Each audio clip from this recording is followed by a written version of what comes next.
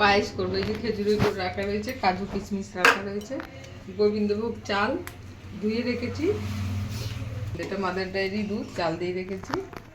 এবারে চালগুলো দিয়ে দেবো, চাল দেওয়া হয়ে গেছে, এবার চালগুলো দিয়ে দেবো।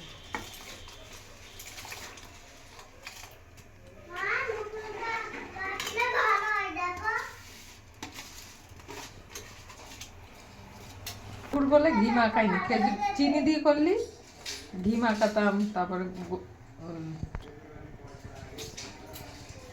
এলাচও দিলাম না, ঘিও মাখালাম না, কারণ খেজুরের গুঁড়োর গন্ধটা চলে যাবে।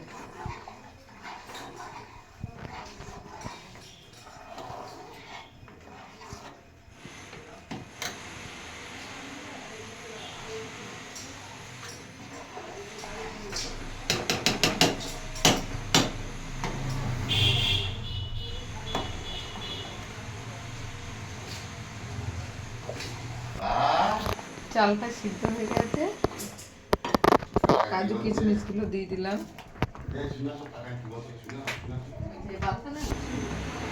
300 চাল আছে, 500 গুড় আছে, 2 কেজি দুধ আছে।